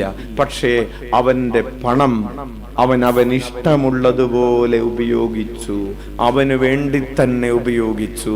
അവൻ സ്വർഗത്തിൽ സമ്പാദ്യമുണ്ടാക്കിയില്ല. Hallelujah, hallelujah. നമ്മൾ നേരത്തെ പറഞ്ഞല്ലോ, വിശുദ്ധ ഫ്രാൻസിസ് അസീസിക്ക് അവന് വേണ്ടി തന്നെ എല്ലാം ഉപയോഗിക്കാമായിരുന്നു. പക്ഷേ അവനെല്ലാം വേണ്ടെന്ന് വെച്ചു. അങ്ങനെ അവൻ വിശുദ്ധനായി. പ്രൈസ് ദി ലോർഡ്, ഹല്ലേലൂയ, ഹല്ലേലൂയ. ഒരു സഹോദരൻ പള്ളിയിലിരുന്ന് പ്രാർത്ഥിക്കുകയാണ്. പ്രാർത്ഥിച്ചുകൊണ്ടിരുന്നപ്പോ അദ്ദേഹം പ്രാർത്ഥിക്കുന്നത് കാറ് മേടിക്കുന്നതിനെ കുറിച്ചാണ്. കോവിഡിന്റെ സമയം കഴിഞ്ഞപ്പോഴാണ്. കാറ് മേടിച്ചുകൊണ്ടിരിക്കുന്നതിനെ കുറിച്ച് പ്രാർത്ഥിച്ചുകൊണ്ടിരുന്നപ്പോ അദ്ദേഹത്തോട് കർത്താവ് പറഞ്ഞു, കോവിഡിന്റെ സമയത്തല്ലേ നമ്മൾ ഈ ഷീറ്റൊക്കെ ഇട്ടത്. അച്ഛൻ അന്ന് 7 ലക്ഷം രൂപ അതിലധികം 6-7 ലക്ഷം രൂപ അധികം വീണ്ടും കടം വരുന്നു, കടം വീട്ടുന്നു, കടമുള്ളൊരു സമയത്തായിരുന്നു. അപ്പോ ഇദ്ദേഹത്തോട് കർത്താവ് പറഞ്ഞു, കാറ് മേടിക്കാൻ വെച്ചിരിക്കുന്ന കാശ് കൊണ്ടുപോയി കടം വീട്ടിക്കോളാൻ പറഞ്ഞു. ആരുടെ കടം? പള്ളിയുടെ കടം വീട്ടാൻ പറഞ്ഞു. ഏത് പള്ളിയുടെ? ആവില പള്ളിയുടെ കടം വീട്ടാൻ പറഞ്ഞു. ഹല്ലേലൂയ. അങ്ങനെ ആ പൈസയായിട്ട് സഹോദരൻ ഇവിടെ വന്നു. അച്ഛൻ പറഞ്ഞു, ഇവിടെയല്ല കടം. അല്ല, അച്ഛന്റെ കടം. അച്ഛന്റെ കടം ഉണ്ടെങ്കിലും കടം ഇവിടെയല്ല. എവിടെയാണ്? സാധനങ്ങൾ മേടിച്ച കടയിലാണ് കടം. ഒരു കാര്യം ചെയ്ത് നേരെ അവിടെ കൊണ്ടുപോയി കൊടുത്തോളാൻ പറഞ്ഞു. Hallelujah, hallelujah. അപ്പോൾ പ്രിയപ്പെട്ടവരെ, നമ്മൾ നമുക്ക് വേണ്ടി ജീവിക്കുന്നതിന്റെ 100 കൂട്ട ഉദാഹരണങ്ങളുണ്ട്. ഒരു കുടുംബം വന്നിട്ട് പറഞ്ഞു, അച്ഛാ ഞങ്ങളുടെ വീട്ടിലിരിക്കുന്ന ബൈക്ക് വിൽക്കണം. ഒരു പുതിയ നിയോഗമാണല്ലോ. കാരണം സ്ഥലം വിൽക്കണം, വീട് വിൽക്കണം എന്നൊക്കെ പറഞ്ഞ് വരാറുണ്ട്. വീട്ടിലിരിക്കുന്ന ബൈക്ക് വിൽക്കാനും പ്രാർത്ഥിക്കണം. അച്ഛൻ പറഞ്ഞത് എടുത്ത് വിറ്റു. അതിൽ അങ്ങനെ വിൽക്കാൻ പറ്റില്ല, 30 ലക്ഷം രൂപയുടെ ബൈക്കാണ്. അപ്പൊ ഭർത്താവ് എന്തി? ഭർത്താവ് ഇപ്പൊ ഇല്ല, ഓടിക്കാൻ ഇല്ല, ഭർത്താവ് കോവിഡ് വന്ന് മരിച്ചു. അപ്പോ ഈ 30 ലക്ഷം രൂപയുടെ ബൈക്ക് വിൽക്കണം. പ്രിയപ്പെട്ടവരെ, നമുക്ക് ഓരോ സാധനങ്ങൾ വേണം, വേണ്ടേ? സഞ്ചരിക്കാൻ വാഹനം വേണ്ടേ? വേണം. ബൈക്ക് വേണ്ടേ? വേണം. കാറ് വേണ്ടേ? വേണം. താമസിക്കാൻ വീട് വേണ്ടേ? വേണം. ധരിക്കാൻ വസ്ത്രം വേണ്ടേ? വേണം. വിവാഹത്തിന് വിരുന്ന് നടത്തണ്ടേ? വേണം. ആഘോഷങ്ങൾ നടത്തണ്ടേ? വേണം. എല്ലാറ്റിനും ഒരു ദൈവീകമായ ഒരു കാഴ്ചപ്പാടുണ്ടാകും. നിനക്കിഷ്ടമുള്ളതുപോലെയല്ല, കർത്താവിന് ഇഷ്ടമുള്ളതുപോലെ ആയിരിക്കണം നീ പണം ചെലവഴിക്കേണ്ടതെന്ന്. നീ ചെലവഴിക്കുന്നതിന് വേണ്ടി കർത്താവ് നിനക്ക് തന്നത്, നീ ഉടമസ്ഥനല്ല, നീ കാര്യസ്ഥനാണ്. നമ്മൾ നമുക്ക് ഇഷ്ടമുള്ളതുപോലെ ചെലവഴിക്കുന്നതിന്റെ മനോഭാവം എന്ന് പറഞ്ഞാൽ ഞാൻ ഇതിന്റെയൊക്കെ ഉടമസ്ഥനാണ് എന്ന് കരുതിയിട്ടാണ്. നീയല്ല ഉടമസ്ഥൻ, ഞാനല്ല ഉടമസ്ഥൻ, കർത്താവാണ് ഉടമസ്ഥൻ. കർത്താവ് ദൈവീകമായ ഒരു കാഴ്ചപ്പാടോടുകൂടെ വേണം നീ ചെലവഴിക്കാനെന്ന്. Hallelujah, hallelujah. പ്രിയപ്പെട്ടവരെ, ഒരു വീട്ടിൽ ചെന്നപ്പോൾ ഒരു കാറ് കൊച്ചു കളിച്ചുകൊണ്ടിരിക്കുകയാണ്. കൊച്ചു കാറ് കളിക്കുന്നത് വല്ല തെറ്റുണ്ടോ? ഇല്ല. ഈ കൊച്ചു ഈ കാറിൽ കയറി ഇരുന്നാണ് വീട്ടിൽ ഓടിക്കുന്നത്. എന്തെങ്കിലും കുഴപ്പമുണ്ടോ? ഇല്ല, കുഴപ്പമില്ല. അപ്പൊ അവര് പറഞ്ഞു, അച്ഛൻ കൊച്ചു കാറ് കളിക്കുന്നു. അച്ഛനൊന്നും ചോദിക്കുന്നുമില്ല. അച്ഛനെ കുറിച്ച് കൊച്ചിന്റെ കാറ് കളിക്കുന്നു അമ്മ എന്ത് ചോദിക്കും? അപ്പൊ അച്ഛ കാറ് കണ്ടിട്ട് അച്ഛനെന്ത് തോന്നുന്നു? പിന്നെ കൊച്ചു കളിക്കുന്ന കാറ് കണ്ടിട്ട് നമുക്ക് അച്ഛ ഇത് 1 ലക്ഷം രൂപയുടെയാണ്. ബെൻസിന്റെയാണ്. ബെൻസിന്റെ കളിക്കോപ്പ് 1 ലക്ഷം രൂപ. കൊച്ചിനെ 3 വയസ്സുള്ള കൊച്ചിന് അല്ലെങ്കിൽ 2 വയസ്സുള്ള എത്രയാണെന്നാവോ കുട്ടിക്ക് കയറിയിരുന്ന് വീട്ടിൽ ഓടിച്ച് കളിക്കാനുള്ള കാറാണ്. ഹല്ലേലൂയ, ഹല്ലേലൂയ. നമ്മുടെ കയ്യിലിരിക്കുന്ന പണം നമുക്കിഷ്ടമുള്ളതുപോലെ ചെലവാക്കാം. Praise the lord. ഹല്ലേലൂയ, ഹല്ലേലൂയ. വചനം പറയാണ്, റോമാക്കാർക്ക് എഴുതിയ ലേഖനം 2-ാം അധ്യായം 8-ാമത്തെ തിരുവചനം വായിച്ചേ. സ്വാർത്ഥമതികളായി സത്യത്തെ അനുസരിക്കാതെ ദുഷ്ടതയ്ക്ക് വഴങ്ങുന്നവർ കോപത്തിനും ക്രോധത്തിനും പാത്രമാകും. വലതുകരം ഉയർത്തി വീശിക്കൊണ്ട് പറയാം, സ്വാർത്ഥമതികളായി സത്യത്തെ അനുസരിക്കാതെ ദുഷ്ടതയ്ക്ക് വഴങ്ങുന്നവർ കോപത്തിനും ക്രോധത്തിനും പാത്രമാകും. അപ്പോസ്തല പ്രവർത്തനങ്ങൾ 20:35 വായിക്കാം. അപ്പോസ്തല പ്രവർത്തനങ്ങൾ 20:35 പൗലോസ് ഒരു മാതൃക തരാണ്. വായിക്കാം. ഇങ്ങനെ അധ്വാനിച്ചുകൊണ്ട് ബലഹീനരെ സഹായിക്കണമെന്ന് കാണിക്കാൻ എല്ലാ കാര്യങ്ങളിലും നിങ്ങൾക്ക് ഞാൻ മാതൃക നൽകിയിട്ടുണ്ട്. പൗലോസ് അധ്വാനിച്ചത് എന്തിനു വേണ്ടിയാണ്? ബലഹീനരെ സഹായിക്കാൻ വേണ്ടിയാണ്. Price the lord. ഹല്ലേലൂയ. അച്ഛൻ നിങ്ങളോട് 2-3 ആഴ്ച മുമ്പ് പറഞ്ഞ ഒരു ഡോക്ടർ ജോസ് ഹെർണാണ്ടസ് കഴിഞ്ഞ മാസം വിശുദ്ധ പദവിയിലേക്ക് ഉയർത്തപ്പെട്ട ഒരു ഡോക്ടറാണ്, അൽമായനാണ്. അദ്ദേഹം ഡോക്ടറായിരുന്നു. അദ്ദേഹത്തിന്റെ പണം മുഴുവൻ രോഗികളെ ചികിത്സിക്കുന്നതിന് വേണ്ടി, അങ്ങോട്ട് മരുന്ന് മേടിച്ചു കൊടുക്കുന്നതിന് വേണ്ടി ഉപയോഗിച്ച് വിശുദ്ധനായി മാറിയ ഒരാളാണ് doctor Jose Hernandez. Hallelujah, hallelujah. അപ്പോ ഇങ്ങനെ അധ്വാനിച്ചുകൊണ്ട് ബലഹീനരെ സഹായിക്കണമെന്ന്. അധ്വാനിച്ചത് എന്തിനു വേണ്ടിയാണ്? ബലഹീനരെ സഹായിക്കുന്നതിന് വേണ്ടിയാണ്. അങ്ങനെ ഞാനൊരു മാതൃക നൽകിയിട്ടുണ്ട്. തുടർന്ന് വായിച്ചേ. സ്വീകരിക്കുന്നതിനേക്കാൾ കൊടുക്കുന്നതാണ് ശ്രേയസ്കരം എന്ന് പറഞ്ഞ കർത്താവായ യേശുവിന്റെ വാക്കുകൾ നിങ്ങളെ ഞാൻ അനുസ്മരിപ്പിക്കുന്നു. വലതുകരം ഉയർത്തി വീശിക്കൊണ്ടെന്ന് പറഞ്ഞ്, സ്വീകരിക്കുന്നതിനേക്കാൾ കൊടുക്കുന്നതാണ് ശ്രേയസ്കരമെന്ന് പറഞ്ഞ കർത്താവായ യേശുവിന്റെ വാക്കുകൾ നിങ്ങളെ ഞാൻ അനുസ്മരിപ്പിക്കുന്നു. ഹല്ലേലൂയ. സുഭാഷിതങ്ങളുടെ പുസ്തകം 11-ാം അധ്യായം 25-ാമത്തെ തിരുവചനം. സുഭാഷിതങ്ങൾ 11:25 വായിക്കാം. സുഭാഷിതങ്ങൾ 11:25. ഉദാരമായി ദാനം ചെയ്യുന്നവൻ സമ്പന്നനാകും. വലതുകരം ഉയർത്തി വീശിക്കൊണ്ട് പറയാം, ഉദാരമായി ദാനം ചെയ്യുന്നവൻ സമ്പന്നനാകും. ദാഹജലം കൊടുക്കുന്നവന് ദാഹജലം കിട്ടും. Hallelujah, hallelujah. യാക്കോബ് ശ്ലീഹ എഴുതിയ ലേഖനം 3-ാം അധ്യായം 16-ാമത്തെ തിരുവചനം. യാക്കോബ് 3:16 വായിക്കാം. എവിടെ അസൂയയും സ്വാർത്ഥമോഹവുമുണ്ടോ അവിടെ ക്രമക്കേടും എല്ലാ ദുഷ്കർമ്മങ്ങളുമുണ്ട്. വലതുകരം ഉയർത്തി വീശിക്കൊണ്ട് പറയാം, എവിടെ അസൂയയും സ്വാർത്ഥമോഹവുമുണ്ടോ അവിടെ ക്രമക്കേടും എല്ലാ ദുഷ്കർമ്മങ്ങളുമുണ്ട്. ഹല്ലേലൂയ, ഹല്ലേലൂയ. ഒരു ചേട്ടൻ പറഞ്ഞു, അച്ഛാ, ഞാൻ എന്റെ മരുമോന് 12 ലക്ഷം രൂപയുടെ വാച്ച് മേടിച്ചു കൊടുത്തു, എന്നിട്ട് അവനിപ്പോ അത് തിരിച്ചു തരുന്നില്ലെന്ന്. മരുമോന് മേടിച്ചു കൊടുത്ത വാച്ചിന്റെ എത്ര ലക്ഷമാണ്? 12 ലക്ഷം. എന്നിട്ട് കല്യാണം 2 കൊല്ലം കഴിഞ്ഞപ്പോഴേക്കും തീർന്നു. ഇപ്പൊ അവള് ഡൈവോഴ്സ് ആയിട്ട് തിരിച്ച് വീട്ടിൽ വന്ന് നിൽക്കാണ്. കൊടുത്തതൊക്കെ എണ്ണം പറഞ്ഞ് തിരിച്ച് മേടിച്ചുകൊണ്ടിരിക്കുകയാണ്. അപ്പൊ ഇയാളുടെ പേടി, ആ വാച്ച് അവൻ തിരിച്ചു തരൂ അച്ഛാ.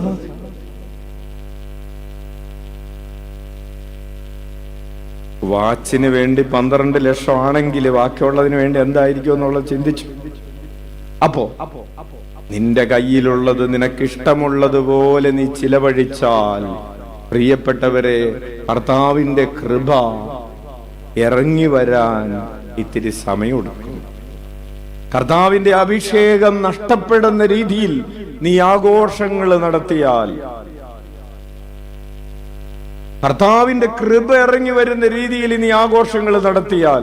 ജനങ്ങളോട് പറഞ്ഞിട്ടുണ്ട്, ഒരു സഹോദരൻ വിവാഹത്തിന് മദ്യം വിളമ്പിയത് 13 ലക്ഷം രൂപയ്ക്കാണ് മദ്യം വിളമ്പിയത്. ഇദ്ദേഹത്തിന്റെ മകന്റെ വിവാഹത്തിന് അച്ഛനെ വിളിച്ചിട്ടുണ്ടായിരുന്നു, പോയില്ല. മകന്റെ വിവാഹത്തിന് 13 ലക്ഷം രൂപയ്ക്ക് മദ്യം വിളമ്പി ബില്ല്. ഇപ്പോ അവൾ അവളുടെ വീട്ടിലും അവൻ അവന്റെ വീട്ടിലും താമസിക്കാണ്. നീ വിളമ്പിയ മദ്യം കൊണ്ട് മകന്റെ വിവാഹം നല്ല രീതിയിൽ നടക്കില്ല എന്ന് മാത്രമല്ല, അതിലേക്ക് ഒരു പൈശാചിക രൂപി കടന്നു വരികയും ചെയ്യും. അപ്പൊ മക്കളെ സ്നേഹിക്കുന്നവര് മനസ്സിൽ വെക്കുക. ഇനിയിപ്പോ ഡിസംബർ കഴിയുമ്പോൾ കല്യാണമൊക്കെ തുടങ്ങും, അല്ലെങ്കിൽ ഈസ്റ്റർ കഴിയുമ്പോൾ കല്യാണം തുടങ്ങും. അപ്പൊ കല്യാണം തുടങ്ങി കഴിഞ്ഞാൽ പിന്നെ ചിലപ്പോ അന്നേരത്തെ ഓർക്കാൻ പറ്റുന്നില്ല. നേരത്തെ ഓർത്തോ, മക്കളുടെ കല്യാണത്തിന്, മക്കളുടെ ആദ്യ കുർബാനയ്ക്ക്, മക്കളുടെ ജ്ഞാനസ്നാനത്തിന് മക്കളുടെ പേര് പറഞ്ഞ് മദ്യം വിളമ്പുമ്പോൾ അവരുടെ ജീവിതത്തിലേക്ക് ഒരു തിന്മയെയാണ് നിങ്ങൾ ക്ഷണിച്ചു കൊണ്ടുവരുന്നത്. അതുകൊണ്ട് ദയവായിട്ട് മക്കളോട് സ്നേഹമുള്ളവരെ ചെയ്യൽ. അപ്പോൾ അച്ഛൻ അവസാനം